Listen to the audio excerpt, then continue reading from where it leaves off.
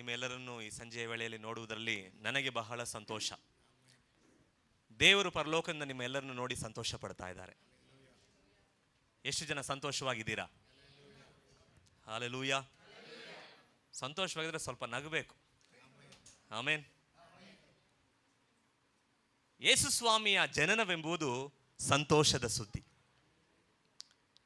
ಕುರುಬರೆಲ್ಲ ಅಲ್ಲಿ ಹೊಲದಲ್ಲಿ ಮಲಗಿಕೊಂಡು ನಿದ್ದೆ ಮಾಡ್ತಾ ಇದ್ದಾರೆ. ನಿದ್ದೆ ಮಾಡುವಂಥ ವೇಳೆಯಲ್ಲಿ ಆಕಾಶದಿಂದ ದೇವದೂತರು ಇಳಿದು ಬರ್ತಾ ಇದ್ದಾರೆ. ಇಳಿದು ಬಂದು ಆ ಕುರುಬರ ಜೊತೆಯಲ್ಲಿ ಮಾತಾಡ್ತಾ ಇದ್ದಾರೆ. ಆ ದೇವದೂತರನ್ನು ನೋಡಿದ ತಕ್ಷಣ ಆ ಕುರುಬರಿಗೆ ಭಯ ಆಗೋಯ್ತು. ಅವ್ರು ದಿಗ್ಭ್ರಮೆಗೊಳ್ಳುತ್ತಾ ಅವ್ರು ನೋಡ್ತಾ ಇರುವಾಗ ದೇವದೂತರು ಹೇಳ್ತಾ ಇದ್ದಾರೆ, ಹೆದರಬೇಡಿರಿ, ಹೆದರಬೇಡಿರಿ, ಜನರಿಗೆಲ್ಲ ಮಹಾ ಸಂತೋಷವನ್ನುಂಟು ಮಾಡುವಂತಹ ಶುಭ ಸಮಾಚಾರವನ್ನ ನಿಮಗೆ ತಿಳಿಸಲಿಕ್ಕೆ ಬಂದಿದ್ದೇನೆ. ಹಲ್ಲೆಲೂಯಾ. ಆ ದೇವದೂತರು ತಿಳಿಸಿದಂಥ ಶುಭ ಸಮಾಚಾರ ಏನು ಅಂತ ಹೇಳಿದ್ರೆ, ಯೇಸು ಕ್ರಿಸ್ತನ ಜನನ. ಯೇಸು ಕ್ರಿಸ್ತನು ಈ ಭೂಮಿಯಲ್ಲಿ ಹುಟ್ಟಿದ್ದಾನೆ ಎಂಬ ಒಂದು ಶುಭ ಸಮಾಚಾರವನ್ನ ದೇವದೂತರು 2000 ವರ್ಷದ ಹಿಂದೆ ಆ ಕುರುಬರಿಗೆ ಇಳಿದು ಬಂದು ಹೇಳಿದರು. ಅದೇ ರೀತಿಯಾಗಿ ಸಂಜೆಯ ವೇಳೆಯಲ್ಲಿ ನಮ್ಮ ಜೊತೆಯಲ್ಲಿ ಮಾತನಾಡುವಂತೆ ದೇವರು ನಮ್ಮ ಮಧ್ಯದಲ್ಲಿ ಮಧ್ಯಸ್ಥನಾಗಿದ್ದಾರೆ. ಹಲ್ಲೆಲೂಯಾ. ದೇವರು ನಮ್ಮ ಸಂಗಡ ಮಾತನಾಡುವಂತಹ ದೇವರಾಗಿದ್ದಾರೆ. ದೇವರು ನಮ್ಮನ್ನೆಲ್ಲ ಸೃಷ್ಟಿ ಮಾಡಿದ್ದಾರೆ. ಸೃಷ್ಟಿ ಮಾಡಿರುವಂಥ ದೇವರು ನಮ್ಮ ಜೊತೆಯಲ್ಲಿ ಮಾತನಾಡಲು ಆತನು ಬಯಸುತ್ತಾರೆ. ಯೋಹಾನನು ಬರೆದ ಸುವಾರ್ತೆ ಪುಸ್ತಕ 3ನೇ ಅಧ್ಯಾಯ 16-17 ವಾಕ್ಯವನ್ನು ನಾವು ಓದುವಾಗ ಈ ರೀತಿಯಾಗಿ ವಾಕ್ಯದಲ್ಲಿ ಬರೆಯಲ್ಪಟ್ಟಿದೆ, ದೇವರು ಲೋಕದ ಮೇಲೆ ಎಷ್ಟೋ ಪ್ರೀತಿಯನ್ನಿಟ್ಟು ತನ್ನ ಒಬ್ಬನೇ ಮಗನನ್ನು ಕೊಟ್ಟನು. ಆತನನ್ನು ನಂಬುವ ಒಬ್ಬನಾದರೂ ನಾಶವಾಗದೆ ಎಲ್ಲರೂ ನಿತ್ಯ ಜೀವವನ್ನು ಪಡೆಯಬೇಕೆಂದು ಆತನನ್ನು ಕೊಟ್ಟನು. ದೇವರು ತನ್ನ ಮಗನ ಮುಖಾಂತರ ಲೋಕಕ್ಕೆ ರಕ್ಷಣೆಯಾಗಬೇಕೆಂದು ಆತನನ್ನು ಕಳುಹಿಸಿಕೊಟ್ಟನೆ ಹೊರತು ತೀರ್ಪು ಮಾಡುವುದಕ್ಕಾಗಿ ಕಳುಹಿಸಲಿಲ್ಲ. ಆತನನ್ನು ನಂಬುವವನಿಗೆ ತೀರ್ಪು ಆಗುವುದಿಲ್ಲ. ಯೇಸು ಸ್ವಾಮಿಯ ವಾಕ್ಯ ಈ ರೀತಿಯಾಗಿ ಬರೆಯಲ್ಪಟ್ಟಿದೆ, ದೇವರು ಲೋಕದ ಮೇಲೆ ಎಷ್ಟೋ ಪ್ರೀತಿಯನ್ನಿಟ್ಟು. ಹಲ್ಲೆಲೂಯಾ. ದೇವರು ಲೋಕದ ಮೇಲೆ ಎಷ್ಟೋ ಪ್ರೀತಿಯನ್ನಿಟ್ಟು ತನ್ನ ಒಬ್ಬನೇ ಮಗನನ್ನ ಈ ಭೂಮಿಗೆ ತಂದೆಯಾದ ದೇವರು ಕಳುಹಿಸಿಕೊಟ್ಟಿದ್ದಾರೆ. ಈ ಲೋಕದಲ್ಲಿ ಅಧಿಕವಾಗಿ ಮನುಷ್ಯನು ಹುಡುಕುವಂತ ಒಂದು ಕಾರ್ಯ ಏನಂತ ಹೇಳಿದ್ರೆ ಪ್ರೀತಿ. ಪ್ರೀತಿಗೋಸ್ಕರ ಮನುಷ್ಯ ಹುಡುಕ್ತಾ ಇದ್ದಾನೆ. ಎಲ್ಲಿ ನಿಜವಾದ ಪ್ರೀತಿ ಸಿಗುತ್ತೆ ಎಂಬುದಾಗಿ ಮನುಷ್ಯ ಹುಡುಕ್ತಾ ಇದ್ದಾನೆ. ನಾವು ಅನೇಕ ಸಂದರ್ಭದಲ್ಲಿ ನೀವು ನಿಮ್ಮ ಜೀವನದಲ್ಲಿ ಹುಡುಕಿರಬಹುದು, ಯಾರಾದರೂ ನನ್ನನ್ನು ನಿಜವಾಗಲೂ ಪ್ರೀತಿ ಮಾಡ್ತಾರಾ, ಯಾರಾದರೂ ನನಗೆ ನಿಜವಾಗಲೂ ಸಹಾಯ ಮಾಡ್ತಾರಾ, ಯಾರಾದರೂ ನಿಜವಾಗಲೂ ನನ್ನನ್ನು ಆ ನಿಜಸ್ಥಿಕೆಯಿಂದ ಪ್ರೀತಿ ಮಾಡ್ತಾರಾ ಎಂಬುದಾಗಿ ಅನೇಕ ಸಂದರ್ಭದಲ್ಲಿ ಮನುಷ್ಯನು ಹುಡುಕ್ತಾ ಇದ್ದಾನೆ. ಹುಡುಕ್ತಾ ಕೆಲವರು ನಮ್ಮ ಜೀವನದಲ್ಲಿ, ನಮ್ಮ ಜೀವನದ ಹಾದಿಯಲ್ಲಿ ಅನೇಕರು ನಮ್ಮ ಜೀವನದ ಜೊತೆಯಲ್ಲಿ ಬಂದಿದ್ದಾರೆ. ಚಿಕ್ಕ ವಯಸ್ಸಿಂದ ನೀವು ತೆಗೆದುಕೊಂಡ್ರೆ ಅನೇಕರು ನಿಮ್ಮ ಜೊತೆಯಲ್ಲಿ ನಡೆದಿದ್ದಾರೆ. ಅನೇಕರು ನಿಮಗೆ ಬೆಸ್ಟ್ ಫ್ರೆಂಡ್ಸ್ ಆಗಿದ್ದಿದ್ದಾರೆ. ನೀವು ಫಸ್ಟ್ ಸ್ಟ್ಯಾಂಡರ್ಡ್ ಓದುವಾಗ ಒಬ್ಬ ಬೆಸ್ಟ್ ಫ್ರೆಂಡ್ ನಿಮಗೆ ಇದ್ದಿದ್ದಾನೆ. ಸೆಕೆಂಡ್ ಸ್ಟ್ಯಾಂಡರ್ಡ್ ಬಂದಾಗ ಆ ಬೆಸ್ಟ್ ಫ್ರೆಂಡ್ ಏನಾಗೋದ, ಅವನು ಬಿಟ್ಟು ಹೋದ, ನಾವು ಅವನ್ನ ಬಿಟ್ಬಿಟ್ವಿ. ಅದೇ ನಿಜ, ಹೌದಾ ಇಲ್ವಾ? ನಾವು ಅನೇಕರನ್ನ ಬಿಟ್ಟಿದ್ದೀವಿ, ನಮ್ಮನ್ನು ಅನೇಕರು ಬಿಟ್ಟಿದ್ದಾರೆ. ಕಾರಣ ಏನಂತ ಹೇಳಿದ್ರೆ ಈ ಜಗತ್ತಿನಲ್ಲಿ ನಿಜವಾದ ಪ್ರೀತಿ ಅನ್ನೋದು ತುಂಬ ಕಡಿಮೆಯಾಗಿ ಕಾಣಿಸ್ಕೊಳ್ತಾ ಇದೆ. ಅನೇಕ ಸಂದರ್ಭದಲ್ಲಿ ಮನುಷ್ಯ ಹುಡುಕ್ತಾ ಇದ್ದಾನೆ, ಅಯ್ಯೋ ನನ್ನ ಗಂಡನ ಬಳಿಯಲ್ಲಿ ನನಗೆ ಪ್ರೀತಿ ಸಿಗುತ್ತಾ, ಗಂಡ ಹುಡುಕ್ತಾ ಇದ್ದಾನೆ ನನ್ನ ಹೆಂಡತಿ ಬಳಿಯಲ್ಲಿ ನನಗೆ ಪ್ರೀತಿ ಸಿಗುತ್ತಾ, ಮಕ್ಕಳು ಹುಡುಕ್ತಾ ಇದ್ದಾರೆ ನನ್ನ ತಂದೆ ತಾಯಿಗಳು ನನ್ನ ಪ್ರೀತಿ ಮಾಡ್ತಾರಾ, ತಂದೆ ತಾಯಿಗಳು ಯೋಚನೆ ಮಾಡ್ತಾ ಇದ್ದಾರೆ ನನ್ನ ಮಗ ನನ್ನ ಮಗಳು ನನ್ನನ್ನು ಪ್ರೀತಿ ಮಾಡ್ತಾರಾ ಎಂಬುದಾಗಿ ಅನೇಕ ಸಂದರ್ಭದಲ್ಲಿ ಮನುಷ್ಯನು ಪ್ರೀತಿಗೋಸ್ಕರ ಅಲೀತಾ ಇದ್ದಾನೆ.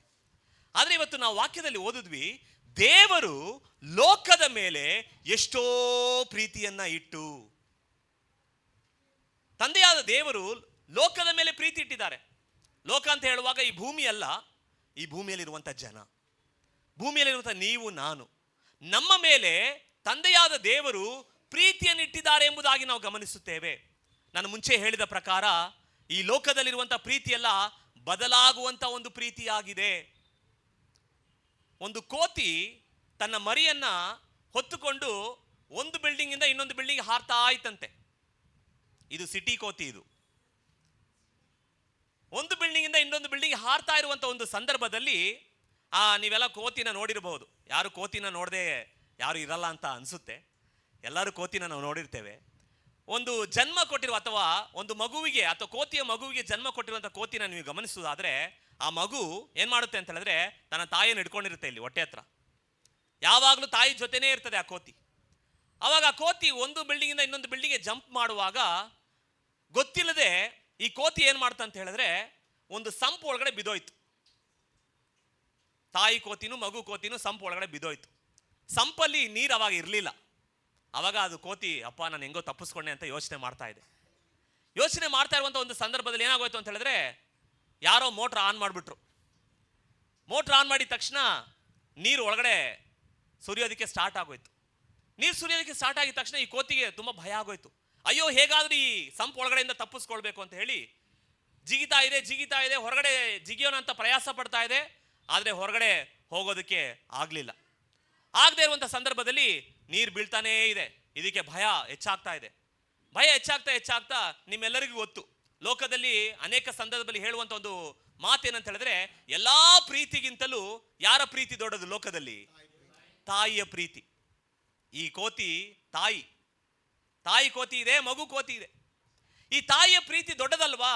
ಇವಾಗ ತಾಯಿಗೆ ಏನು ಆಸೆ ಅಂತ ಹೇಳಿದ್ರೆ ಈ ಮಗುವನ್ನ ಹೇಗಾದ್ರೂ ಕಾಪಾಡಬೇಕು ಅಂತ ಆಸೆ. ಇವಾಗ ನೀರು ಹೆಚ್ಚಾಗ್ತಾ ಹೊಟ್ಟೆ ತನಕ ಬಂದ್ಬಿಡ್ತು. ಹೊಟ್ಟೆ ತನಕ ಬಂದಿದ ತಕ್ಷಣ ಈ ಮಗು ಕೋತಿನ ಹೇಗಾದ್ರೂ ಕಾಪಾಡಬೇಕು ಅಂತ ಹೇಳಿ ಈ ತಾಯಿ ಕೋತಿ ಪ್ರಯಾಸ ಪಟ್ಟು ಏನು ಮಾಡ್ತು ಅಂತ ಹೇಳಿದ್ರೆ ಆ ಹೊಟ್ಟೆಯಿಂದ ಎತ್ತಿ ಹೆಗಲಿನ ಮೇಲೆ ತನ್ನ ಮಗುವನ್ನು ಇಟ್ಕೊಳ್ತು. ನಂತರವಾಗಿ ಸ್ವಲ್ಪ ಸಮಯ ಆಯಿತು, ಮೋಟ್ರ್ ಇನ್ನೂ ಯಾರು ಆಫ್ ಮಾಡಲಿಲ್ಲ. ಇನ್ನು ನೀರು ಹೆಚ್ಚಾಗ್ತಾ ಹೋಗ್ತಾ ಇದೆ. ಹೋಗ್ತಾ ಬರುವಾಗ ಹೆಗಲ ತನಕ ನೀರು ಬಂದ್ಬಿಡ್ತು. ಹೆಗಲ ತನಕ ನೀರು ಬಂದಿದ ತಕ್ಷಣ ಈ ತಾಯಿ ಕೋತಿಗೆ ಅಯ್ಯೋ ನನ್ನ ಮಗುನ ಹೇಗಾದ್ರೂ ಕಾಪಾಡಬೇಕು ಅಂತ ಹೇಳಿ ಮಗುನ ತಗೊಂಡು ತಲೆ ಮೇಲೆ ಇಟ್ಕೊಂತು. ಇನ್ನೂ ಸ್ವಲ್ಪ ತಾಗಿದ ತಕ್ಷಣ ಇದು ಇನ್ನ ತಲೆ ತನಕ ನೀರು ಬರ್ತಾ ಇದೆ. ಬರ್ತಾ ಏನಾಯ್ತು ಅಂತ ಹೇಳಿದ್ರೆ ಕೋತಿ ಪ್ರಯಾಸ ಪಟ್ಟು ಈ ಥರ ಎಲ್ಲ ನಿಂತ್ಕೊಳ್ಳೋದಕ್ಕೆಲ್ಲ ಪ್ರಯಾಸ ಪಡ್ತು. ಆ ಥರ ನಿಂತ್ಕೊಂಡು ಪ್ರಯಾಸ ಪಡುವಾಗ ಈ ತಾಯಿ ಕೋತಿಯ ಮೂಗು ತನಕ ನೀರು ಬಂದ್ಬಿಡ್ತು. ಈ ತಾಯಿ ಕೋತಿಗೆ ಇವಾಗ ಉಸಿರಾಡೋದಕ್ಕೆ ತೊಂದರೆ ಆಗೋಯ್ತು. ಆಗಿದ ತಕ್ಷಣ ಏನಾಗೋಯ್ತು ಅಂತ ಹೇಳಿದ್ರೆ ಈ ತಾಯಿ ಕೋತಿ ಯೋಚನೆ ಮಾಡ್ತು, ಅಯ್ಯಯ್ಯೋ ಈ ಥರ ಹೋದ್ರೆ ನಾನೇನಾಗ್ಬಿಡ್ತೀನಿ, ಸತ್ತೋಗ್ಬಿಡ್ತೀನಿ ಅಂತ ಹೇಳಿ ಇಲ್ಲಿ ತನಕ ತಲೆ ಮೇಲೆ ಹೊತ್ತುಕೊಂಡಿದ್ದಂತಹ ಆ ಮಗು ಕೋತಿನ ಕೆಳಗಡೆ ಹಾಕಿ ಅದ್ರ ಮೇಲೆ ತಾಯಿ ಕೋತಿ ನಿಂತ್ಕೊಂಡ್ಬಿಡ್ತು. ನಾನು ಹೇಳಲು ಬಂದಂಥ ವಿಷಯ ಏನಂತ ಹೇಳಿದ್ರೆ, ಎಲ್ಲರ ಪ್ರೀತಿಯು ಬದಲಾಗುವಂಥ ಪ್ರೀತಿ ಆಗಿದೆ. ಯಾರ ಪ್ರೀತಿಯು ಶಾಶ್ವತವಾದ ಪ್ರೀತಿ ಇಲ್ಲಿ ಇಲ್ಲ. ನಾನು ನಿನ್ನ ಜೊತೆಯಲ್ಲಿ ಇರ್ತೀನಿ, ನಿನ್ನ ಸಂಗಡ ಇರ್ತೀನಿ ಅಂತ ಹೇಳಿ ಅನೇಕರು ನಮಗೆ ಭರವಸೆ ಕೊಟ್ಟಿರಬಹುದು. ಅನೇಕ ನಿಮ್ಮ ನೋಡಿ ಹೇಳಿರ್ಬೋದು, ನಾನು ನಿನ್ನ ಜೊತೆಯಲ್ಲಿ ಇರ್ತೀನಿ, ನಾನು ನಿನ್ನ ಕೈ ಬಿಟ್ಟು ಹೋಗೋದಿಲ್ಲ ಅಂತ ಹೇಳಿ ಅನೇಕ ನಮಗೆ ಭರವಸೆ ಕೊಟ್ಟಿರ್ಬೋದು. ಆದರೆ ಎಲ್ಲರೂ ನಮ್ಮನ್ನು ಬಿಟ್ಟು ಹೋಗಿದ್ದಾರೆ, ಅವ್ರನ್ನ ಬಿಟ್ಟು ನಾವು ಬಂದಿದ್ದೀವಿ. ಅಂಥ ಒಂದು ಲೋಕದಲ್ಲಿ ನೀವು ನಾನು ತಿಳಿಯಬೇಕಂತ ಒಂದು ಸತ್ಯ ಇದೆ. ಏನಂತ ಹೇಳಿದ್ರೆ, ದೇವರ ಪ್ರೀತಿ ಶಾಶ್ವತವಾದ ಪ್ರೀತಿ, ದೇವರ ಪ್ರೀತಿ ಬದಲಾಗದೇ ಇರುವಂಥ ಪ್ರೀತಿ, ದೇವರ ಪ್ರೀತಿ ನಿತ್ಯವಾದ ಪ್ರೀತಿ. ನೋಡಿ, ಇಲ್ಲಿ ವಾಕ್ಯದಲ್ಲಿ ಕೊಡಲ್ಪಟ್ಟಿದೆ, ತಂದೆಯಾದ ದೇವರು ಲೋಕದ ಮೇಲೆ ಎಷ್ಟೋ ಪ್ರೀತಿಯನ್ನು ಇಟ್ಟು ತನ್ನ ಒಬ್ಬನೇ ಮಗನನ್ನು ಕಳುಹಿಸಿದರು. ಇದರಲ್ಲಿ ಏನಪ್ಪ ದೇವರ ಪ್ರೀತಿ ಇದೆ? ತಂದೆಯಾದ ದೇವರು ಯೇಸು ಸ್ವಾಮಿನ ಭೂಮಿಗೆ ಕಳಿಸಿದ್ರು. ಇದರಲ್ಲಿ ಏನು ದೇವರ ಪ್ರೀತಿ ಇದೆ ಅಂತ ನಾವು ಯೋಚನೆ ಮಾಡೋದಾದರೆ, ಯೇಸು ಸ್ವಾಮಿ ಈ ಭೂಮಿಗೆ ಬಂದಂತಹ ಒಂದೇ ಒಂದು ಉದ್ದೇಶ ಏನು ಗೊತ್ತಾ? ಎಲ್ಲರೂ ಇಲ್ಲಿ ಹುಟ್ಟೋದು ಏನಕ್ಕೋಸ್ಕರ ಅಂತ ಹೇಳಿದ್ರೆ ಬದುಕುವುದಕ್ಕೋಸ್ಕರ ಹುಟ್ಟುತ್ತಾರೆ. ಏನಕ್ಕೋಸ್ಕರ ಹುಟ್ಟುತ್ತಾರೆ? ಬದುಕೋಸ್ಕರ ಹುಟ್ಟೋದು. ಆದರೆ ಯೇಸು ಸ್ವಾಮಿ ಮಾತ್ರವೇ ಸಾಯುವುದಕ್ಕೋಸ್ಕರ ಹುಟ್ಟಿದಂತಹ ದೇವರು. ಹಲ್ಲೆಲೂಯ. ಆತನು ಯಾತಕ್ಕೋಸ್ಕರ ಸಾಯಬೇಕು ಅಂತ ಹೇಳಿದ್ರೆ ನಾವು ವಾಕ್ಯದಲ್ಲಿ ಓದ್ತೇವೆ. ಯೋಹಾನನು ಬರೆದ ಸುವಾರ್ತೆ ಪುಸ್ತಕ 1ನೇ ಅಧ್ಯಾಯದಲ್ಲಿ ಅದರಲ್ಲಿ 29ನೇ ವಾಕ್ಯವನ್ನು ನೀವು ಗಮನಿಸುವುದಾದರೆ ಅಲ್ಲಿ ಸ್ನಾನಿಕನಾದ ಯೋಹಾನನು ಈ ರೀತಿಯಾಗಿ ಹೇಳ್ತಾನೆ, ಅಗೋ ಯಜ್ಞಕ್ಕೆ ದೇವರು ನೇಮಿಸಿದ ಕುರಿ, ಲೋಕದ ಪಾಪವನ್ನು ನಿವಾರಣೆ ಮಾಡುವವನು. ಹಲ್ಲೆಲೂಯ. ಯೇಸು ಸ್ವಾಮಿ ಈ ಭೂಮಿಯಲ್ಲಿ ಹುಟ್ಟಿದಂತಹ ಒಂದೇ ಒಂದು ಉದ್ದೇಶ ಏನು ಅಂತ ಹೇಳಿದ್ರೆ, ಲೋಕದ ಎಲ್ಲಾ ಜನರ ಪಾಪವನ್ನ ಪರಿಹಾರ ಮಾಡುವುದಕ್ಕೋಸ್ಕರ, ಎಲ್ಲಾ ಜನರ ಪಾಪಕ್ಕೋಸ್ಕರ ರಕ್ತವನ್ನು ಚೆಲ್ಲಬೇಕೆಂಬುದಕ್ಕೋಸ್ಕರ ಯೇಸು ಸ್ವಾಮಿ ಈ ಭೂಮಿಯಲ್ಲಿ ಹುಟ್ಟಿ ಬಂದನು. ಹಲ್ಲೆಲೂಯ. ನಾವು ಸಂತೋಷದ ಸಮಾಚಾರ ಅಂತ ಹೇಳ್ತೀವಿ. ಯೇಸು ಸ್ವಾಮಿಯ ಮರಣ ಸಂತೋಷದ ಸಮಾಚಾರವಾ? ಯೇಸು ಸ್ವಾಮಿಯ ಮರಣ ಶುಭ ಸಮಾಚಾರವಾ? ಹಲ್ಲೆಲೂಯ. ಆ ಮರಣ ಶುಭ ಸಮಾಚಾರವೇ. ಕಾರಣ ಏನಂತ ಹೇಳಿದ್ರೆ, ನಿಮ್ಮ ಪಾಪ ನನ್ನ ಪಾಪ ಯೇಸು ಸ್ವಾಮಿಯ ಮರಣದ ಮುಖಾಂತರ, ಯೇಸು ಸ್ವಾಮಿಯ ರಕ್ತ ಚೆಲ್ಲುವಿಕೆ ಮುಖಾಂತರ ಆ ಪಾಪ ನಿವಾರಣೆ ಆಗಿದೆ. ಹಲ್ಲೆಲೂಯ. ನಿಮಗೂ ನನಗೂ ಒಂದನ್ನು ಮಾತ್ರ ನಾವು ಚೆನ್ನಾಗಿ ಅರ್ಥ ಮಾಡ್ಕೊಳ್ಬೇಕು. ನಿಮ್ಮ ಕಣ್ಣಿಗೆ ನನ್ನ ಕಣ್ಣಿಗೆ ಕಾಣದಂತ ಒಂದು ಹೊರೆಯನ್ನ ನೀವು ನಾನು ಹೊರುತ್ತಾ ಇದ್ದೇವೆ. ಆ ಹೊರೆಯ ಹೆಸರು ಏನಂತ ಹೇಳಿದ್ರೆ ಪಾಪ. ತುಂಬಾ ಜನ ನನ್ನ ನೋಡಿ ಪ್ರಶ್ನೆ ಕೇಳ್ತಾರೆ, ಅಥವಾ ನನ್ನ ಹತ್ರ ಅನೇಕರು ಮಾತಾಡುವಾಗ ಹೇಳಿದ್ದಾರೆ, ನನ್ನ ಜೀವನದಲ್ಲಿ ನಾನು ಯಾವ ತಪ್ಪು ಮಾಡಿಲ್ಲ ರೀ. ಏನು ಹೇಳ್ತಾರೆ? ನನ್ನ ಜೀವನದಲ್ಲಿ ಯಾವ ತಪ್ಪು ನಾನು ಮಾಡಿಲ್ಲ, ಯಾಕಪ್ಪ ನನಗೆ ಈ ಥರ ತೊಂದರೆ ಅಂತ ಹೇಳಿ ಅನೇಕರು ಹೇಳಿದ್ದಾರೆ. ಆದರೆ ನೀವು ನಾನು ಅರ್ಥ ಮಾಡ್ಕೊಳ್ಬೇಕು, ಈ ಭೂಮಿಯಲ್ಲಿ ತಪ್ಪು ಮಾಡದೇ ಇರುವಂಥ ವ್ಯಕ್ತಿ ಯಾರೂ ಇಲ್ಲ. ರೋಮಪುರದವರೆಗೆ ಬರೆದ ಪತ್ರಿಕೆಯಲ್ಲಿ 3ನೇ ಅಧ್ಯಾಯ 10ನೇ ವಾಕ್ಯದಲ್ಲಿ ವಾಕ್ಯ ಬರೆಯಲ್ಪಟ್ಟಿದೆ, ನೀತಿವಂತನು ಒಬ್ಬನೂ ಇಲ್ಲ. ನೀತಿವಂತನು ಯಾರಿಲ್ಲ? ಒಬ್ಬನೂ ಇಲ್ಲ. ಭೂಮಿಯಲ್ಲಿ ಹುಟ್ಟಿದಂಥ ಪ್ರತಿಯೊಂದು ವ್ಯಕ್ತಿಯು ಯಾರಂತ ಹೇಳಿದ್ರೆ ಪಾಪಿ. ನೀವು ನನ್ನ ಹತ್ರ ಪ್ರಶ್ನೆ ಕೇಳ್ಬೋದು, ಹೆಂಗೆ ಪಾಪಿ ಅಂತ ಹೇಳಿ ಪ್ರಶ್ನೆ ಕೇಳ್ಬೋದು. ನನಗೆ ಮಗು ಇದೆ. ನನ್ನ ಮಗುವಿಗೆ 3 ವಯಸ್ಸು. ನನ್ನ ಮಗುಗೆ ನಾವು ಕೊಟ್ಟಿರುವಂಥ ಇನ್ಸ್ಟ್ರಕ್ಷನ್ ಏನಂತ ಹೇಳಿದ್ರೆ ಮೊಬೈಲ್ನ ನೋಡಬಾರ್ದು. ನನ್ನ ಮಗಳು ಅದನ್ನು ಫಾಲೋ ಮಾಡ್ಕೊಂಡು ಬರ್ತಾಳೆ, ಮೊಬೈಲ್ನ ನೋಡೋದಿಲ್ಲ. ನಾನು ಒಂದು 3 ವಾರ ಸೇವೆಗೋಸ್ಕರ ಹೊರಗಡೆ ಹೋಗ್ಬಿಟ್ಟಿದ್ದೆ. ಹೊರಗಡೆ ಹೋಗಿದ ತಕ್ಷಣ ತಿರ್ಗಾ ನನ್ನ ಮಗು ಏನು ಮಾಡಿದ್ದಾಳೆ ಅಂತ ಹೇಳಿದ್ರೆ ಮೊಬೈಲ್ ನೋಡೋದಕ್ಕೆ ಸ್ಟಾರ್ಟ್ ಮಾಡಿದ್ದಾಳೆ. ಇವಾಗ ತಾಯಿ ಗದರ್ಸ್ತಾ ಇದ್ದಾರೆ, ಡ್ಯಾಡಿ ನೋಡಿ ಬೈತಾರೆ ಅಂತ ತಾಯಿ ಗದರ್ಸುವಾಗ ಮಗು ಹೇಳ್ತಾ ಇದೆ, ಎಲ್ಲಿದೆ CCTV ಕ್ಯಾಮ್ರಾ? ಮಗು ಏನು ಕೇಳ್ತಾ ಇದೆ? CCTV ಕ್ಯಾಮ್ರಾ ಎಲ್ಲಿದೆ? ಇವಾಗ ಮಗುಗೆ ಯಾರು ಹೇಳ್ಕೊಟ್ಟಿದ್ದನ್ನೆಲ್ಲ? ಯಾರು ಹೇಳ್ಕೊಟ್ಟಿದ್ದು? ನೀವೆಲ್ಲ ಸ್ಕೂಲ್ಗೆ ಹೋಗಿರ್ತೀರಾ, ಶಾಲೆಗೆ ಹೋಗಿ ನಿಮ್ಮ ಶಾಲೆಯಲ್ಲಿ ಒಳ್ಳೆಯದನ್ನು ಮಾತ್ರ ನೀವು ಕಲ್ತ್ಕೊಂಡು ಬಂದಿರ್ತೀರಾ. ಯಾರಾದರೂ ಸುಳ್ಳು ಹೇಳೋದಕ್ಕೆ ಶಾಲೆಗೆ ಹೋದವ್ರು ಎಷ್ಟು ಜನ? ಸುಳ್ಳು ಹೇಳೋದಕ್ಕೆ ಕಲ್ತ್ಕೊಂಡ್ಬರೋದಕ್ಕೆ ಯಾರಾದ್ರೂ ಹೋಗಿ ಟ್ರೈನಿಂಗ್ ತೊಗೊಂಡು ಬಂದಿದ್ದೀರಾ? ಈ ಥರನೇ ಸುಳ್ಳು ಹೇಳಬೇಕು. ಪಾಪ ಮಾಡೋದಕ್ಕೆ ಅಥವಾ ತಪ್ಪು ಕೆಲಸವನ್ನ ಮಾಡೋದಕ್ಕೆ ಎಲ್ಲಿ ಹೋಗಿ ಕಲ್ತ್ಕೊಂಡು ಬಂದಿದ್ದೀರಾ? ಯಾರು ನಿಮಗೆ ಕಲಿಸಿಕೊಟ್ಟಿದ್ದು? ಯಾರು ಕಲಿಸ್ಕೊಟ್ಟಿದ್ದಾರೆ? ಯಾರು ನಮ್ಗೆ ಕಲಿಸ್ಕೊಟ್ಟಿಲ್ಲ. ಆಟೋಮೆಟಿಕ್ ಆಗಿ ಒಳಗಡೆ ಇದೆ.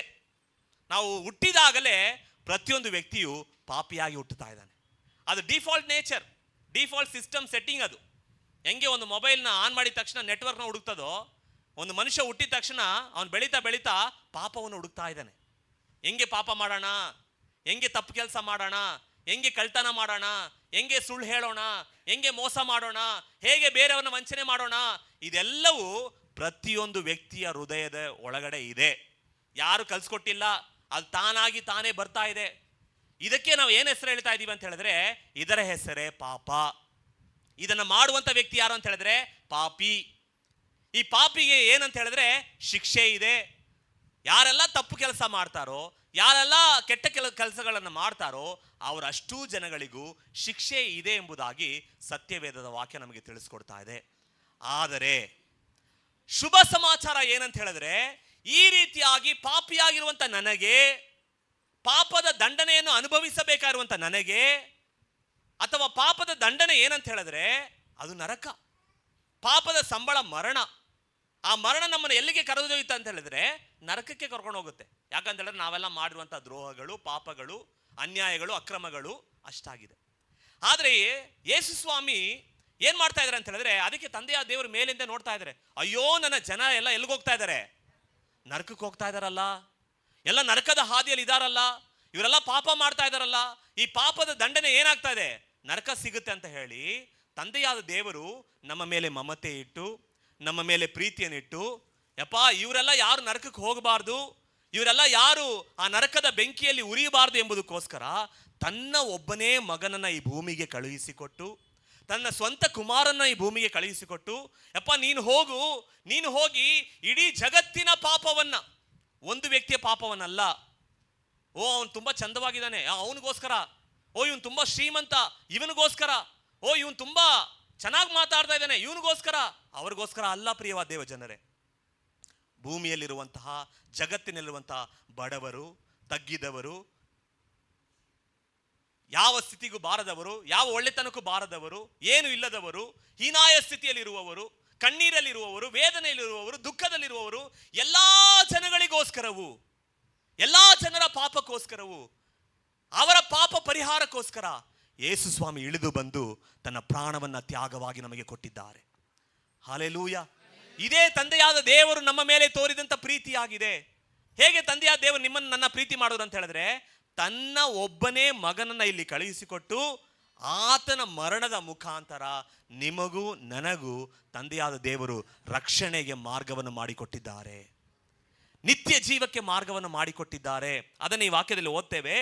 ದೇವರು ಲೋಕದ ಮೇಲೆ ಎಷ್ಟೋ ಪ್ರೀತಿಯನ್ನಿಟ್ಟು ತನ್ನ ಒಬ್ಬನೇ ಮಗನನ್ನ ಕೊಟ್ಟನು. ಕೊಟ್ಟರು ಅಂತ ಹೇಳಿದ್ರೆ ಸುಮ್ಮನೆ ಕೊಡಲಿಲ್ಲ, ತ್ಯಾಗವಾಗಿ ಕೊಟ್ಟಿದ್ದಾರೆ. ಯೇಸು ಸ್ವಾಮಿ ಈ ಭೂಮಿಯಲ್ಲಿ ಬದುಕಿದಾಗ 33.5 ವರ್ಷ ಬದುಕಿದ್ರು. 33.5 ವರ್ಷ ಮುಗಿಯುವಂಥ ಸಂದರ್ಭದಲ್ಲಿ ಯೇಸು ಸ್ವಾಮಿ ಸ್ವತಃ ತನ್ನ ಪ್ರಾಣವನ್ನು ತ್ಯಾಗವಾಗಿ ಕೊಟ್ಟು ತನ್ನ ರಕ್ತವನ್ನೆಲ್ಲ ಚೆಲ್ಲಿ ನಮ್ಮ ಪಾಪಗಳಿಗೋಸ್ಕರ ಆತನ ರಕ್ತವನ್ನು ಚೆಲ್ಲಿ ನಮ್ಮ ಎಲ್ಲರನ್ನು ಯೇಸು ಸ್ವಾಮಿ ಬಿಡುಗಡೆ ಮಾಡಿದ್ದಾರೆ. ನಮ್ಮ ಎಲ್ಲರನ್ನು ಪಾಪದ ಹೊರೆಯಿಂದ ನಮ್ಮನ್ನು ಬಿಡಿಸಿದ್ದಾರೆ, ಶಾಪದ ಹೊರೆಯಿಂದ ನಮ್ಮನ್ನು ಬಿಡಿಸಿದ್ದಾರೆ. ಇದು ನಮ್ಮ ಕಣ್ಣಿಗೆ ಕಾಣದೇ ಇರುವಂಥದ್ದು, ಆದರೆ ಆ ಶಿಲುಬೆಯ ಮರಣದ ಮುಖಾಂತರ ಯೇಸು ಸ್ವಾಮಿ ಈ ಪಾಪವನ್ನೆಲ್ಲ ನಿವಾರಣೆ ಮಾಡಿದ್ದಾರೆ. ಇವಾಗ ಯೇಸು ಸ್ವಾಮಿ ಆಲ್ರೆಡಿ ಮಾಡಿ ಮುಗಿಸ್ಬಿಟ್ರು. ನೀವು ನಾನು ಪಾಪದಿಂದ ಏನೆಲ್ಲ ಬಿಡುಗಡೆ ಹೊಂದಬೇಕೋ ಅದಕ್ಕೋಸ್ಕರ ಯೇಸು ಸ್ವಾಮಿ 2000 ವರ್ಷದ ಹಿಂದೆ ಎಲ್ಲವನ್ನು ಮಾಡಿ ಮುಗಿಸ್ಬಿಟ್ಟಿದ್ದಾರೆ. ಇವಾಗ ನೀವು ಮಾಡಬೇಕಾಗಿರೋದು ಏನು? ಇವಾಗ ನಾನು ಏನು ಮಾಡಬೇಕು ಅಂತ ನೀವು ನನಗೆ ಪ್ರಶ್ನೆ ಕೇಳಬಹುದು. ಅದಕ್ಕೆ ವಾಕ್ಯದಲ್ಲಿ ಬರೆಯಲ್ಪಟ್ಟಿದೆ, ಆತನನ್ನು ನಂಬುವ ಒಬ್ಬನಾದರೂ ನಾಶವಾಗದೆ. ಹಲ್ಲೆಲೂಯಾ. ಇವಾಗ ಏನು ಮಾಡಬೇಕು ಅಂತ ಹೇಳಿದ್ರೆ ಏನು ಮಾಡಬೇಕಾಗಿಲ್ಲ, ದುಡ್ಡು ಕೊಡಬೇಕಾಗಿಲ್ಲ, ಇದನ್ನ ಮಾಡಿ ಅದನ್ನು ಮಾಡಿ ಏನು ಮಾಡಬೇಕಾಗಿಲ್ಲ. ವಾಕ್ಯದಲ್ಲಿ ಬರೆಯಲ್ಪಟ್ಟಿದೆ, ಬೈಬಲ್ ನಮಗೆ ಹೇಳ್ತಾ ಇದೆ, ಆತನನ್ನು ನಾವು ನಂಬಬೇಕು, ಯೇಸು ಸ್ವಾಮಿಯನ್ನ ನಾವು ನಂಬಬೇಕು. ಯೇಸು ಸ್ವಾಮಿಯನ್ನು ನಂಬಿದ್ರೆ ಏನಂತ ನಂಬಬೇಕು? ಹೌದು, ಯೇಸು ಸ್ವಾಮಿ ನನಗೋಸ್ಕರ ಈ ಭೂಮಿಗೆ ಬಂದಿದ್ದಾರೆ, ಯೇಸು ಸ್ವಾಮಿ ನನಗೋಸ್ಕರ ನನ್ನ ಪಾಪವನ್ನ ಯೇಸು ಸ್ವಾಮಿ ಪರಿಹಾರ ಮಾಡಿದ್ದಾರೆ, ಯೇಸು ಸ್ವಾಮಿ ಶಿಲುಬೆಯ ಮರಣದ ಮುಖಾಂತರ ನನ್ನ ಪಾಪವನ್ನೆಲ್ಲ ತೊಳೆದಿದ್ದಾರೆ ಅಂತ ಹೇಳಿ ಯೇಸು ಸ್ವಾಮಿಯ ಮೇಲೆ ನಾವು ನಂಬಿಕೆ ಇಡುವಾಗ ವಾಕ್ಯದಲ್ಲಿ ಬರೆಯಲ್ಪಟ್ಟಿದೆ, ಒಬ್ಬನಾದರೂ ನಾಶವಾಗದೆ ಎಲ್ಲರೂ ನಿತ್ಯ ಜೀವವನ್ನು ಹೊಂದಿಕೊಳ್ಳುತ್ತಾರೆ. ಹಲ್ಲೆಲೂಯಾ. ನೋಡಿ, ನಾವು ಒಂದನ್ನು ಅರ್ಥ ಮಾಡ್ಕೊಳ್ಬೇಕು. ಈ ಭೂಮಿಯ ಬದುಕಿದೆಯಲ್ಲ, ಎಷ್ಟು ವರ್ಷ ಒಂದು ಮನುಷ್ಯ ಬದುಕ್ತಾನೆ? ಎಷ್ಟು ವರ್ಷ ಬದುಕ್ತಾನೆ ಮನುಷ್ಯ? 80 years. ಬೇರೆ ದೊಡ್ಡವರೆಲ್ಲ ಮಕ್ಕಳನ್ನ ಆಶೀರ್ವಾದ ಮಾಡುವಾಗ ಒಂದು ಮಾತು ಹೇಳಿ ಆಶೀರ್ವಾದ ಮಾಡ್ತಾರೆ, 100 ವಯಸ್ಸು ಬದುಕಪ್ಪ. ಏನಂತ ಹೇಳ್ತಾರೆ? 100 ವಯಸ್ಸು ಬದುಕಪ್ಪ ಅಂತ ಹೇಳ್ತಾರೆ. ಆಗಿನ ಕಾಲದಲ್ಲಿ ಬದುಕಿದ್ರು ಜನ. ಎಷ್ಟು ವಯಸ್ಸು? 100 ವಯಸ್ಸು ಬದುಕಿದ್ರು, 120 ಬದುಕಿದ್ರು, 130 ಬದುಕಿದ್ರು, ಆ ಥರ ಎಲ್ಲ ಬದುಕಿದ್ರು ಜನ. ಬರ್ತಾ ಬರ್ತಾ ಕಾಲ ಹೆಚ್ಚಾಗ್ತಾ ಏನಾಗ್ತಾ ಇದೆ ಅಂತ ಹೇಳಿದ್ರೆ 180 ಆಯಿತು, 80 70 ಆಯಿತು, 70 60 ಆಯಿತು, ಇನ್ನು 20 ವರ್ಷ ಆದರೆ 40 ಆಗ್ಬಿಡುತ್ತೆ. ಈ ಕೊರೋನಾ ಕಾಲದಲ್ಲಿ ನಾವು ಕಲ್ತ್ಕೊಂಡಿದ್ದು ಏನಂತ ಹೇಳಿದ್ರೆ, ಈ ವಯಸ್ಸೆಲ್ಲ ಮುಖ್ಯ ಇಲ್ಲ, ವಯಸ್ಸೆಲ್ಲ ಗೊತ್ತಿಲ್ಲ, ಎಷ್ಟು ವಯಸ್ಸೋ ಯಾರಿಗೂ ಗೊತ್ತಿಲ್ಲ. 5 ವರ್ಷದಲ್ಲಿ ಸತ್ತವರು ಇದ್ದಾರೆ, 10 ವಯಸ್ಸಲ್ಲಿ ಸತ್ತವರು ಇದ್ದಾರೆ, 15 ವಯಸ್ಸಲ್ಲೂ ಸತ್ತವರು ಇದ್ದಾರೆ. ಮನುಷ್ಯನಿಗೆ ಸಾವು ಅನ್ನೋದು ಖಚಿತ, ಯಾರು ತಪ್ಪಿಸ್ಕೊಳ್ಳೋದಕ್ಕಾಗೋದಿಲ್ಲ. ಯಾರಾದ್ರೂ ತಪ್ಪಿಸ್ಕೊಳ್ಳೋಕೆ ಇಲ್ಲಿದ್ದೀರಾ?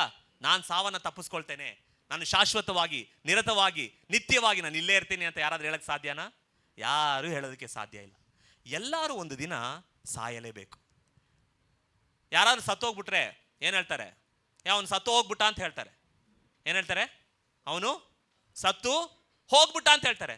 ಯಾವತ್ತಾರು ಯೋಚನೆ ಮಾಡಿದರೆ ಎಲ್ಲಿಗೆ ಹೋದ? ಸತ್ತು ಹೋದ, ಆದರೆ ಎಲ್ಲಿಗೆ ಹೋದ ಅವನು? ಯಾವತ್ತಾರು ಯೋಚನೆ ಮಾಡಿದ್ದೇವಾ? ನಾವು ಚೆನ್ನಾಗಿ ಅರ್ಥ ಮಾಡ್ಕೊಳ್ಬೇಕು. ದೇವರು ನಮ್ಮನ್ನು ಸೃಷ್ಟಿ ಮಾಡಿರೋದು ಈ ಭೂಮಿಯಲ್ಲಿ 5 ವಯಸ್ಸು 10 ವಯಸ್ಸು 60 ವಯಸ್ಸು 70 ವಯಸ್ಸು ಬದುಕಿ, ಅಪ್ಪ ನೀನು ಚಿಕ್ಕದಾಗಿ ಹುಟ್ಟಾದ್ಮೇಲೆ ಸ್ಕೂಲ್ಗೆ ಹೋಗಿ ಆದಮೇಲೆ ಆಫೀಸ್ಗೆ ಹೋಗು, ಕೆಲಸ ಮಾಡು, ದುಡಿ, ಮದುವೆ ಮಾಡ್ಕೊ, ಮಕ್ಕಳು ಮಾಡು, ತಿರ್ಗಾ ಆಮೇಲೆ ವಯಸ್ಸಾಗುತ್ತೆ, ಇನ್ನೊಂದಿನ ಸತ್ತೋಗ್ಬಿಡ್ತೀಯಾ. ಇದನ್ನು ಮಾಡೋದಕ್ಕೆ ಮಾತ್ರ ದೇವರು ನಮ್ಮನ್ನು ಸೃಷ್ಟಿ ಮಾಡಿಲ್ಲ. ಈ ಬದುಕಿನ ನಂತರ ಇನ್ನೊಂದು ಬದುಕಿದೆ ನಮಗೆ. ಈ ಸಾವಿನ ನಂತರ ಮನುಷ್ಯ ಈ ಭೂಮಿಯಲ್ಲಿ ಸಾಯುವಾಗ ಈ ಸಾವಿನ ನಂತರ ಇನ್ನೊಂದು ಬದುಕಿದೆ ಎಂಬುದನ್ನು ನಾವು ಅರ್ಥ ಮಾಡ್ಕೊಳ್ಬೇಕು. ನಾವು ಎಲ್ಲಿಂದ ಬಂದಿದ್ದೇವೋ ಅಲ್ಲಿಗೆ ನಾವು ರಿಟರ್ನ್ ಹೋಗ್ತೇವೆ.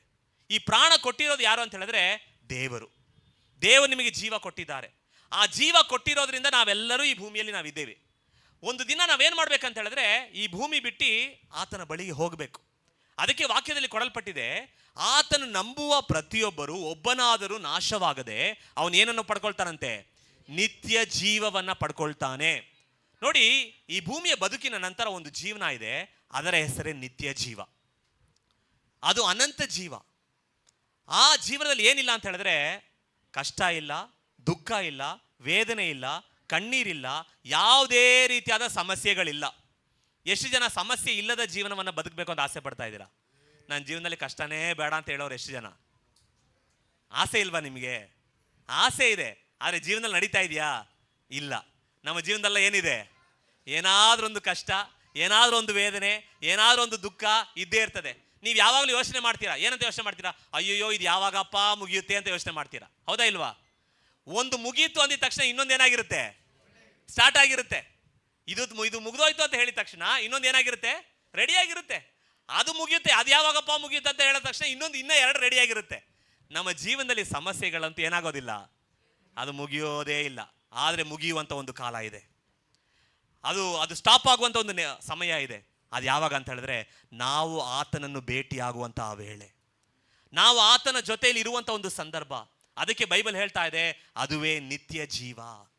ಈ ಭೂಮಿಯಿಂದ ಮನುಷ್ಯನು ಸತ್ತು ಹೋಗುವಾಗ ಯಾರೆಲ್ಲ ಯೇಸು ಸ್ವಾಮಿಯ ಮೇಲೆ ನಂಬಿಕೆ ಇಟ್ಟು, ಹೌದು ಯೇಸು ಸ್ವಾಮಿ ನನಗೋಸ್ಕರ ಪ್ರಾಣ ಕೊಟ್ಟಿದ್ದಾರೆ, ಯೇಸು ಸ್ವಾಮಿ ನನಗೋಸ್ಕರ ಸತ್ತಿದ್ದಾರೆ, ನಾನು ಅದನ್ನು ನಂಬ್ತೀನಿ, ನಾನು ಅದನ್ನು ಸ್ವೀಕಾರ ಮಾಡ್ಕೊಳ್ತೀನಿ ಅಂತ ಯಾರೆಲ್ಲ ಹೇಳ್ತಾರೋ, ವಾಕ್ಯದಲ್ಲಿ ಬರೆಯಲ್ಪಟ್ಟಿದೆ, ಅವರಷ್ಟೂ ಜನರು ನಾಶ ಆಗೋದಿಲ್ಲ, ಅವರಷ್ಟೂ ಜನರು ನಿತ್ಯ ಜೀವವನ್ನು ಸ್ವತಂತ್ರಿಸಿಕೊಳ್ಳುತ್ತಾರೆ. ಹಲ್ಲೆಲೂಯಾ. ಕ್ರಿಸ್ಮಸ್ ಯಾಕೆ ಶುಭ ಸಮಾಚಾರ ಅಂತ ಹೇಳಿದ್ರೆ, ನಮ್ಮನ್ನ ಯೇಸು ಸ್ವಾಮಿ ಪಾಪದ ಬಂಧನದಿಂದ ಬಿಡುಗಡೆ ಮಾಡಿದ್ದಾರೆ. ನಮ್ಮನ್ನ ಯೇಸು ಸ್ವಾಮಿ ಶಾಪದ ಬಂಧನದಿಂದ ಯೇಸು ಸ್ವಾಮಿ ಬಿಡುಗಡೆ ಮಾಡಿದ್ದಾರೆ. ನಮ್ಮನ್ನ ಆ ಎಲ್ಲ ಹೊರೆಯಿಂದ ಬಿಡುಗಡೆ ಮಾಡಿ, ಇವತ್ತು ಈ ದಿನದಲ್ಲಿ ನೀನು ಸ್ವತಂತ್ರನು ಎಂಬುದಾಗಿ ಯೇಸು ಸ್ವಾಮಿ ನಮ್ಮನ್ನು ನೋಡಿ ಪ್ರಕಟಿಸಿದ್ದಾರೆ. ಅದಕ್ಕೆ ನಾವು ಹೇಳ್ತಾ ಇದ್ದೇವೆ, ಇದು ಕ್ರಿಸ್ಮಸ್ ಅನ್ನುವುದು ಇದು ಶುಭ ಸಮಾಚಾರ. ಆತನ ಹೆಸರು ರಕ್ಷಕನು.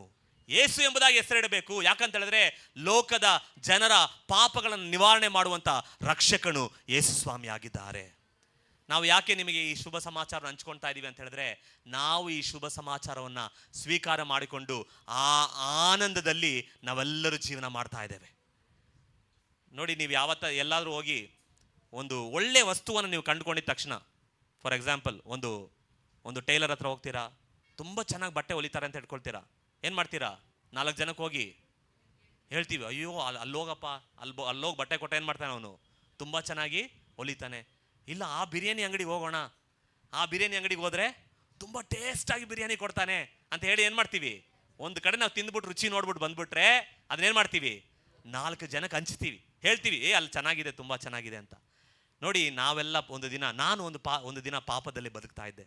ಪಾಪದ ಜೀವನದಲ್ಲಿ ನಾನು ಹೋಗ್ಬಿಟ್ಟಿದ್ದೆ. ಒಂದು ವೇಳೆ ಯೇಸು ಸ್ವಾಮಿ ಮಾತ್ರ ನನ್ನ ಜೀವನದಲ್ಲಿ ಬರದೇ ಇದ್ದಿದ್ರೆ, ನಾನು ಎಂಥ ಕ್ರಿಮಿನಲ್ ಆಗ್ತಾ ಇದ್ನೋ ನನಗೆ ಗೊತ್ತಿಲ್ಲ, ನಾನು ಯಾವ ಜೈಲಲ್ಲಿ ಇರ್ತಿದ್ನೋ ನನಗೆ ಗೊತ್ತಿಲ್ಲ, ಒಂದು ವೇಳೆ ನಾನು ಇವತ್ತು ಜೀವಂತವಾಗಿ ನಿಮ್ಮ ಮುಂದೆ ನಿಂತ್ಕೊಂಡು ಮಾತಾಡ್ತಾ ಇದ್ದೀನೋ ನನಗೆ ಗೊತ್ತಿಲ್ಲ. ಆದರೆ ಒಂದು ಮಾತ್ರ ನಿಜ, ಯೇಸು ಸ್ವಾಮಿ ನನ್ನ ಜೀವನದಲ್ಲಿ ಬಂದರು.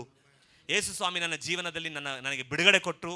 ಆ ಬಿಡುಗಡೆಯನ್ನು ನಾನು ಅನುಭವಿಸ್ತಾ ಇದ್ದೀನಿ. ಅನುಭವಿಸ್ತಾ ಇರುವಂಥ ನಾನು ನಿಮ್ಮ ಮಧ್ಯದಲ್ಲಿ ಹಂಚಿಕೊಳ್ತಾ ಇದ್ದೀನಿ. ಹಲ್ಲೆಲೂಯಾ. ಯೇಸು ಸ್ವಾಮಿ ತುಂಬ ಒಳ್ಳೆಯವರು. ಯೇಸು ಸ್ವಾಮಿ ನಿಮ್ಮನ್ನೆಲ್ಲ ಪ್ರೀತಿ ಮಾಡ್ತಾ ಇದ್ದಾರೆ. ನೋಡಿ, ಯೇಸು ಸ್ವಾಮಿಯ ಉದ್ದೇಶ ಇಲ್ಲದೆ ನೀವು ಯಾರು ಇಲ್ಲಿ ಒಳಗಡೆ ಬರೋದಕ್ಕೆ ಸಾಧ್ಯ ಇಲ್ಲ. ನೀವಿವತ್ತು ಈ ಗಳಿಗೆಯಲ್ಲಿ ನೀವು ಒಳಗಡೆ ಬಂದು ಕುಳಿತುಕೊಂಡಿದ್ದೀರಾ ಅಂತ ಹೇಳಿದ್ರೆ, ಯೇಸು ಸ್ವಾಮಿ ನಿಮ್ಮ ಮೇಲೆ ಪ್ರೀತಿ ಇಟ್ಟಿದ್ದಾರೆ. ಲೋಕದಲ್ಲಿ ಯಾವ ಪ್ರೀತಿ ನಿಮಗಿದೆಯೋ ಇಲ್ವೋ ನನಗೆ ಗೊತ್ತಿಲ್ಲ, ಯಾರ ಪ್ರೀತಿ ನಿಮಗೆ ಸಿಗ್ತಾ ಇದೆಯೋ ಇಲ್ವೋ ನನಗೆ ಗೊತ್ತಿಲ್ಲ. ಆದರೆ ಈ ಸಂಜೆ ವೇಳೆಯಲ್ಲಿ ನಾನು ಧೈರ್ಯವಾಗಿ ನಿಮಗೆ ಹೇಳ್ಬೋದು, ಯೇಸು ಸ್ವಾಮಿಯ ಪ್ರೀತಿ ನಿಮಗೆ ಇವತ್ತು ಈ ಸಂಜೆ ವೇಳೆಯಲ್ಲಿ ಸಿಗ್ತಾ ಇದೆ. ಯೇಸು ಸ್ವಾಮಿ ನಿಮ್ಮನ್ನು ಹುಡುಕಿ ಬಂದಿದ್ದಾರೆ. ಯೇಸು ಸ್ವಾಮಿ ನಿಮ್ಮನ್ನು ಮುಟ್ಟಲು ಬಂದಿದ್ದಾರೆ, ನಿಮ್ಮ ಮನೆಯನ್ನು ಮುಟ್ಟಲು ಬಂದಿದ್ದಾರೆ, ನಿಮ್ಮ ಹೃದಯದ ಒಳಗಡೆ ವಾಸ ಮಾಡಲು ಯೇಸು ಸ್ವಾಮಿ ಬಂದಿದ್ದಾರೆ. ನಾವು ಮಾಡಬೇಕಾದದ್ದು ಒಂದೇ ಒಂದು. ಇಲ್ಲಿ ವಾಕ್ಯದಲ್ಲಿ ಓದ್ತೇವೆ, 17ನೇ ವಾಕ್ಯದಲ್ಲಿ, ದೇವರು ತನ್ನ ಮಗನ ಮುಖಾಂತರ ಲೋಕಕ್ಕೆ ರಕ್ಷಣೆ ಆಗಬೇಕೆಂದು ಆತನು ಕಳುಹಿಸಿಕೊಟ್ಟನೆ ಹೊರತು ತೀರ್ಪು ಮಾಡುವುದಕ್ಕಾಗಿ ಕಳುಹಿಸಲಿಲ್ಲ. ಯೇಸು ಸ್ವಾಮಿಯನ್ನು ಏನಕ್ಕೋಸ್ಕರ ಕಳಿಸ್ಲಿಲ್ವಂತೆ? ತೀರ್ಪು ಮಾಡೋದಕ್ಕೋಸ್ಕರ ಕಳಿಸ್ಲಿಲ್ಲ. ಲೋಕಕ್ಕೆ ಏನನ್ನು ಕೊಡೋದಕ್ಕೆ ಕಳಿಸಿದ್ದಾರೆ? ರಕ್ಷಣೆಯನ್ನು ಕೊಡುವುದಕ್ಕೋಸ್ಕರ ಕಳಿಸಿದ್ದಾರೆ. ಒಂದು ಬಿಲ್ಡಿಂಗ್ ಹತ್ತಿ ಉರಿತಾ ಇದೆ ಅಂತ ಇಟ್ಕೊಳ್ಳೋಣ, ಜೋರಾಗಿ ಉರಿತಾ ಇದೆ, ಬೆಂಕಿ ಹಚ್ಕೊಂಡು ಉರಿತಾ ಇದೆ ಒಂದು ಬಿಲ್ಡಿಂಗ್. ಫೈರ್ ಇಂಜಿನ್ ಎಲ್ಲ ಬಂದ್ಬಿಟ್ರು. ಫೈರ್ ಇಂಜಿನ್ ಎಲ್ಲ ಬಂದ್ಬಿಟ್ಟು ಅಲ್ಲಿ ನಿಲ್ಲಿಸ್ಬಿಟ್ಟು, ಬೆಂಕಿ ಉರಿತಾ ಇದೆ, ಆಯ್ತು ಉರಿಲಪ್ಪ, ಫಸ್ಟ್ ಬನ್ನಿ ಎಲ್ಲರೂ ಬನ್ನಿ, ಯಾರಪ್ಪ ಇದಕ್ಕೆ ಕಾರಣ ಅಂತ ಎಲ್ಲ ಪ್ರಶ್ನೆ ಕೇಳ್ತಾರಾ? ಫಸ್ಟ್ ಅವ್ರು ಏನು ಕೆಲಸ ಮಾಡ್ತಾರೆ? ಫಸ್ಟ್ ಬೆಂಕಿಯನ್ನು ಆರಿಸ್ತಾರೆ. ಇವಾಗ ಯೇಸು ಸ್ವಾಮಿ ಈ ಭೂಮಿಗೆ ಬಂದಿದ್ದು ಏನಕ್ಕೋಸ್ಕರ ಗೊತ್ತಾ? ಯಾರಪ್ಪ ಪಾಪ ಮಾಡಿದ್ದು? ನೀನು ಬಾರಪ್ಪ, ಪಾಪ ಮಾಡಿದ್ಯಾ, ನೀನು ನರಕಕ್ಕೆ ಹೋಗು, ನೀನು ಸ್ವರ್ಗಕ್ಕೆ ಹೋಗು ಅಂತ ತೀರ್ಪು ಮಾಡೋದಕ್ಕೋಸ್ಕರ ಯೇಸು ಸ್ವಾಮಿ ಬಂದಿಲ್ಲ. ಹಲ್ಲೆಲೂಯಾ. ಯೇಸು ಸ್ವಾಮಿ ಏನಕ್ಕೋಸ್ಕರ ಬಂದರು ಗೊತ್ತಾ? ಉರಿತಾ ಇದ್ದಂಥ ಬೆಂಕಿಯನ್ನು ಆರಿಸೋದಕ್ಕೋಸ್ಕರ ಯೇಸು ಸ್ವಾಮಿ ಬಂದರು. ಪಾಪ ಉರಿತಾ ಇತ್ತು ನಮ್ಮ ಒಳಗಡೆ, ಆ ಪಾಪವನ್ನು ಪರಿಹಾರ ಮಾಡೋದಕ್ಕೋಸ್ಕರ ಯೇಸು ಸ್ವಾಮಿ ಜಗತ್ತಿಗೆ ಬಂದರು. ಯೇಸು ಸ್ವಾಮಿ ಭೂಮಿಗೆ ಬಂದು ನಮ್ಮ ಮೇಲಿದ್ದಂಥ ಪಾಪದ ಹೊರೆಯನ್ನು ಆತನು ಹೊತ್ತು ತೀರಿಸಿ ಮುಗಿಸಿಬಿಟ್ಟಿದ್ದಾರೆ. ಅದಕ್ಕೆ ಯೇಸು ಸ್ವಾಮಿ ಹೇಳಿದ್ರು, ಎಲ್ಲ ಮುಗೀತು, ಹಲ್ಲೆಲೂಯಾ, ಎಲ್ಲ ತೀರಿತು ಎಂಬುದಾಗಿ ಯೇಸು ಸ್ವಾಮಿ ಶಿಲುಬೆಯಲ್ಲಿ ನೇತಾಡ್ತಾ ಹೇಳಿದ್ರು. ಕಾರಣ, ಪಾಪಕ್ಕೆ ಯೇಸು ಸ್ವಾಮಿ ಪರಿಹಾರ ಕೊಟ್ಬಿಟ್ಟಿದ್ದಾರೆ. ಇನ್ಮೇಲೆ ಪಾಪ ಪರಿಹಾರಕ್ಕೋಸ್ಕರ ನಾವು ಏನು ಮಾಡಬೇಕಾಗ ಅವಶ್ಯಕತೆ ಇಲ್ಲ. ವಾಕ್ಯದಲ್ಲಿ ಹೇಳಿರುವ ಪ್ರಕಾರ ನಾವು ಆತನ ಮೇಲೆ ನಂಬಿಕೆ ಇಡಬೇಕು. ಏನು ಮಾಡಬೇಕು? ಆತನ ಮೇಲೆ ನೀವು ನಂಬಿಕೆ ಇಡುವುದಾದರೆ, ಯೇಸು ಸ್ವಾಮಿಯನ್ನು ನೀವು ನಂಬುವುದಾದರೆ, ಯೇಸು ಸ್ವಾಮಿ ನಿಮ್ಮ ಹೃದಯದ ಒಳಗಡೆ ಆತನು ವಾಸ ಮಾಡಲು ಚಿತ್ತಗೊಂಡಿದ್ದಾರೆ. ಹಲ್ಲೆಲೂಯಾ. ಯೇಸು ಸ್ವಾಮಿ ಹೇಳ್ತಾ ಇದ್ದಾರೆ, ಬಾಗಿಲನ್ನ ನಾನು ತಟ್ತಾ ಇದ್ದೀನಿ. ಈಗೋ ಬಾಗಿಲಿನ ಬಳಿಯಲ್ಲಿ ನಿಂತುಕೊಂಡು ನಾನೇನು ಮಾಡ್ತಾ ಇದ್ದೀನಿ? ತಟ್ತಾ ಇದ್ದೀನಿ. ಯಾರಾದರೂ ಬಾಗಿಲನ್ನ ತೆರೆದರೆ ನಾನು ಆತನ ಒಳಗೆ ಪ್ರವೇಶಿಸಿ ಆತನ ಜೊತೆಯಲ್ಲಿ ನಾನು ಊಟ ಮಾಡುವೆನು ಎಂಬುದಾಗಿ ಯೇಸು ಸ್ವಾಮಿ ಹೇಳ್ತಾ ಇದ್ದಾರೆ. ಹಲ್ಲೆಲೂಯಾ. ಇವಾಗ ನಿಮ್ಮ ಹೃದಯದ ಬಾಗಿಲೊಳನ್ನ ಯೇಸು ಸ್ವಾಮಿ ತಟ್ತಾ ಇದ್ದಾರೆ. ಯಪ್ಪ, ಮಗನೇ, ಮಗಳೇ, ನನಗೆ ಸ್ಥಳ ಕೊಡ್ತೀಯಾ? ಮಗನೇ, ಮಗಳೇ, ನನ್ನ ಒಳಗಡೆ ಪ್ರವೇಶ ಮಾಡೋದಕ್ಕೆ ನೀನು ಬಿಡ್ತೀಯಾ? ನೀವು ನಂಬಿ ಯೇಸು ಸ್ವಾಮಿಗೆ ನಿಮ್ಮ ಹೃದಯದ ಬಾಗಿಲನ್ನು ತೆರೆದರೆ ಯೇಸು ಸ್ವಾಮಿ ನಿಮ್ಮ ಹೃದಯದ ಒಳಗಡೆ ಬರ್ತಾರೆ. ಹಲ್ಲೆಲೂಯಾ. ನಿಜವಾದ ಕ್ರಿಸ್ಮಸ್ ಏನು ಗೊತ್ತಾ? ಯೇಸು ಸ್ವಾಮಿ ನಮ್ಮ ಹೃದಯದ ಒಳಗಡೆ ಬರುವುದೇ ನಿಜವಾದ ಕ್ರಿಸ್ಮಸ್. ಹಲ್ಲೆಲೂಯಾ. ನಿಮ್ಮ ಹೃದಯದ ಒಳಗಡೆ ಯೇಸು ಸ್ವಾಮಿ ಬಂದು ಬಿಟ್ರೆ ನೀವು ಯಾವುದಕ್ಕೂ ಚಿಂತೆ ಪಡಬೇಕಾದ ಅವಶ್ಯಕತೆ ಇಲ್ಲ.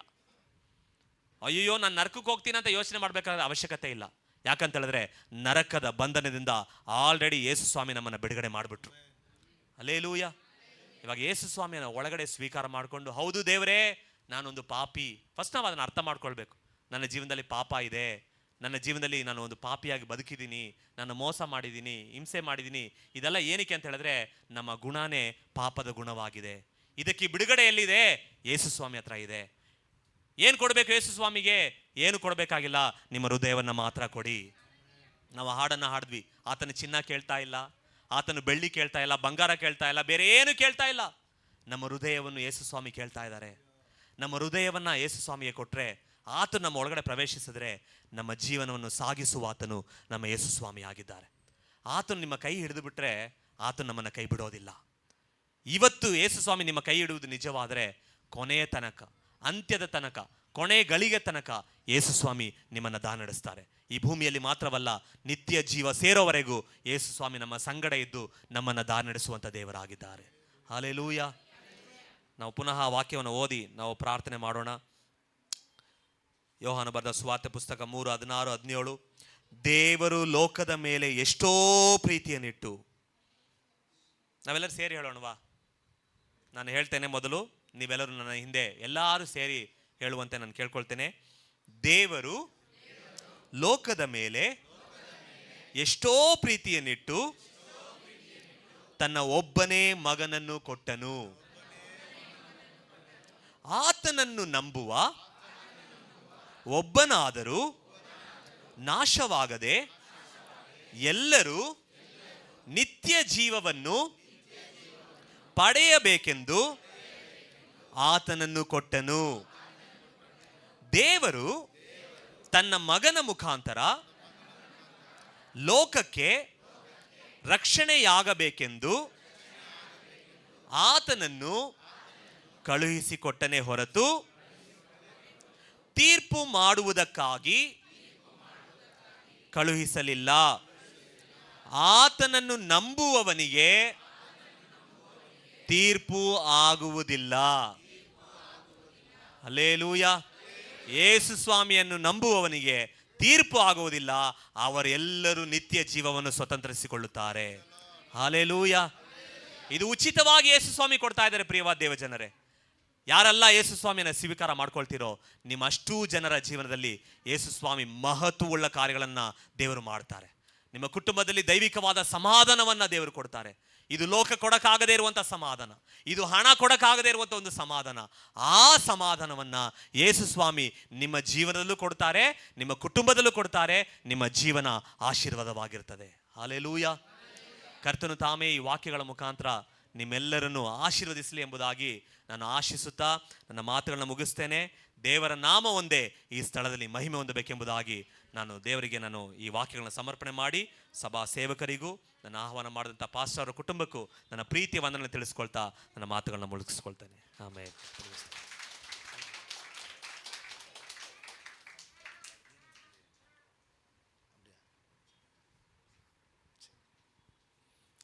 ಓಕೆ, ಲಗ್ಗೇರಿ ಲಗ್ಗೇರಿ ಕಡೆಯಿಂದ ಬಂದವರು